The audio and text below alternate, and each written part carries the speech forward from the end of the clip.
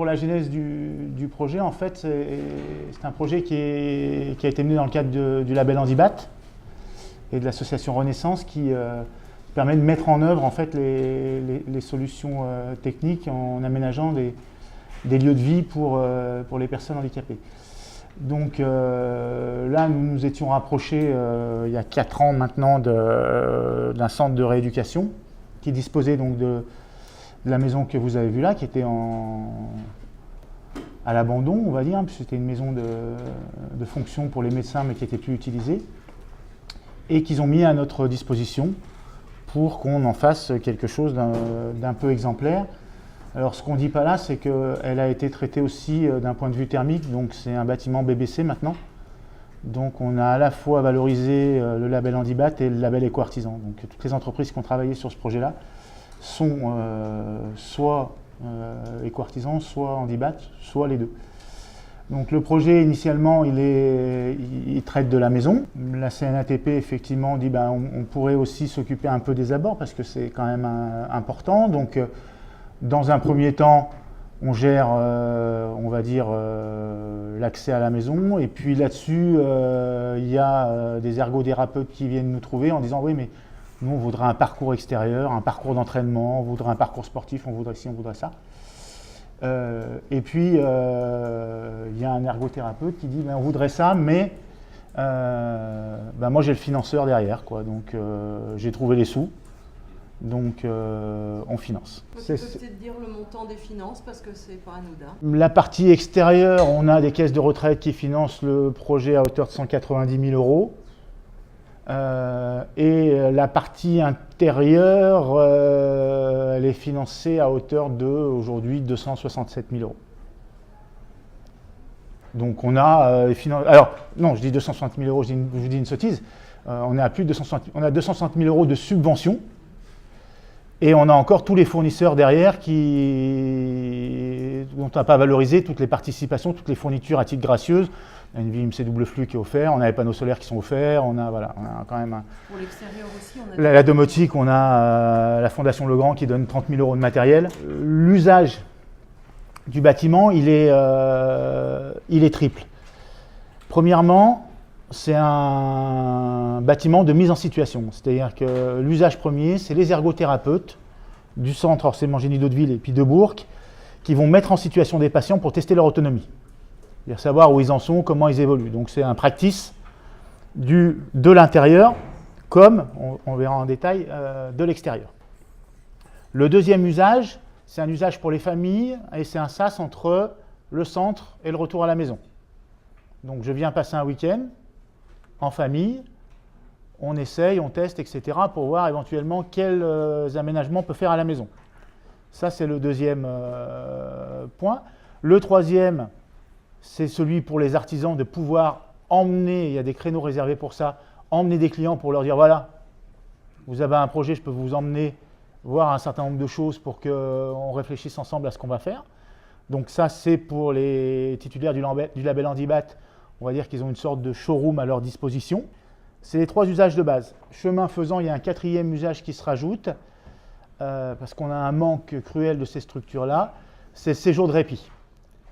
C'est-à-dire qu'aujourd'hui, les aidants, les accompagnants, qui ont quelqu'un qui a des problèmes de handicap, ils ne peuvent pas s'absenter, ils ne peuvent pas partir en vacances, ils sont obligés d'être là 24/24.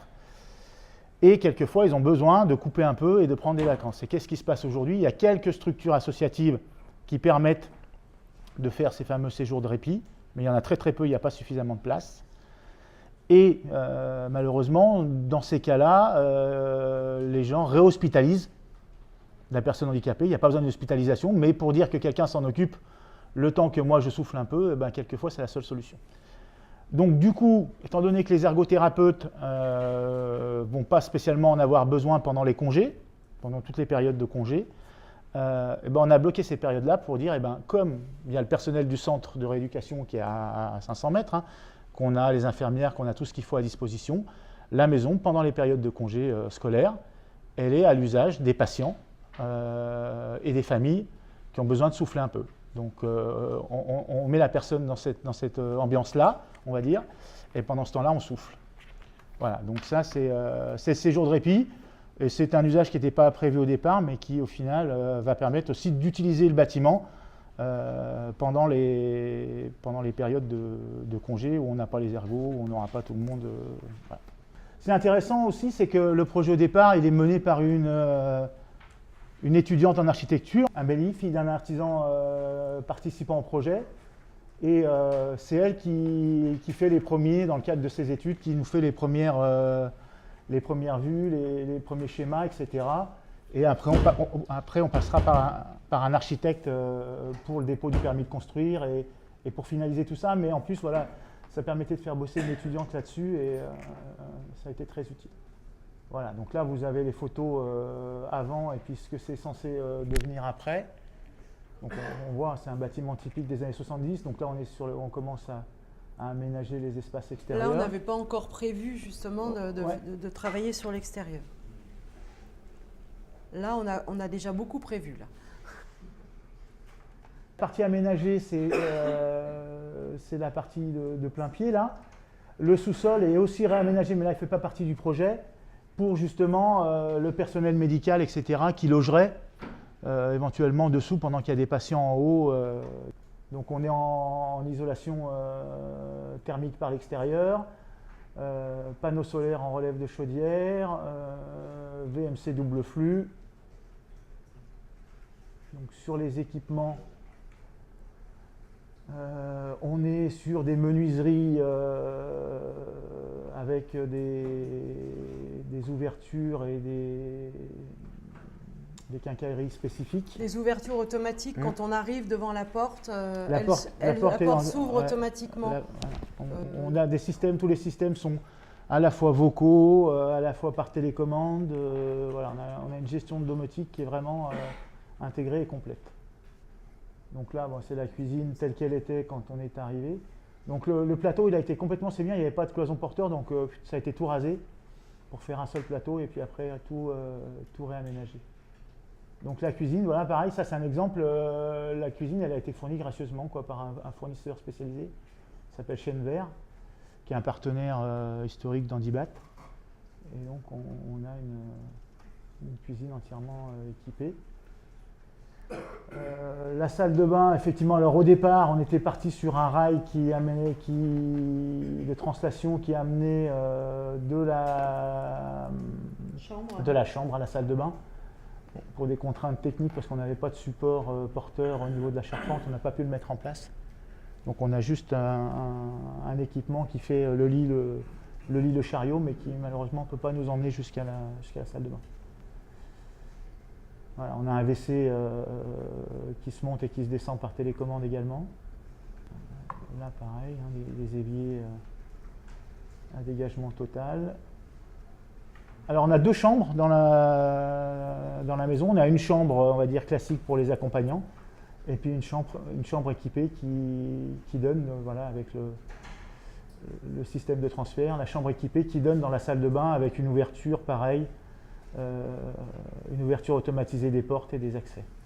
Ça peut faire sourire, mais le lit double, là, ça a été des longues discussions avec les ergots parce qu'à l'origine, c'était un lit simple, médicalisé, mais pour le malade seulement. Et dans les discussions avec les artisans, c'était de dire, mais si c'est une maison pour y vivre tout le temps, ils ne vont pas vivre dans une chambre séparée chacun. Et ça peut paraître ridicule, mais ça fait aussi partie de la réadaptation et la rééducation du malade. Ils ont eu du mal, mais ils ont fini par trouver un lit double qui puisse servir au couple, en gros, quoi. Et si on fait une maison où ils se retrouvent, où ils ne peuvent pas se retrouver, c'était un peu bête. Et tout le chantier, ça c'est un exemple, mais tout le chantier a été comme ça, avec des réunions, des discussions, artisans ou personnes ordinaires, je vais dire, avec le monde médical. Et on voulait arriver à trouver une solution qui soit un juste milieu entre, bien sûr, le côté médical, mais aussi qu'on se sente chez soi et dans une maison un peu comme tout le monde, quoi. Le vrai challenge, c'était pas de faire rentrer l'hôpital à la maison, quoi. Et toute la difficulté, elle est là, quoi. C'est-à-dire qu'il y a des systèmes en milieu hospitalier qui sont bien plus performants que ce qu'on a pu faire là, quoi. Mais par contre, qui coûtent des sommes considérables et qui ne sont pas mis en œuvre par des entreprises de bâtiments, qui sont mis en œuvre par des entreprises spécialisées dans cet aspect médical et hospitalier. Donc le but du jeu, là, c'était de dire, voilà, les artisans savent faire un certain nombre de choses, et avec des outils qui ne sont pas des outils ou des matériaux spécifiquement dédiés au handicap, c'est le cas de toute la domotique de chez Legrand, on arrive avec un maximum d'intelligence et de savoir-faire de la part des artisans à faire des choses super intéressantes. Et notamment, si tu reviens à cette photo-là, on ne le voit pas tellement, mais tous les radiateurs, ça c'est un radiateur, c'est tous des radiateurs qui sont peints avec des tableaux dessus, etc., quoi. Donc les carreaux de la salle de bain, voilà, on n'a pas mis du PVC blanc, on a fait les choses qui étaient le plus esthétique possible. Il y a des systèmes qui ne se voient pas aussi, électriques, au niveau des prises. Si la personne se lève et reste inanimée, par exemple, au sol, tombe, il y a des systèmes d'alarme quand il y a la masse qui est au sol ne bouge plus, qui se mettent à sonner pour prévenir. Enfin, il y a tout un système de domotique qui n'est pas forcément apparent, mais... Il y a la gestion des couleurs sur les interrupteurs, il y a quand même un certain nombre de choses qui ont été intégrées.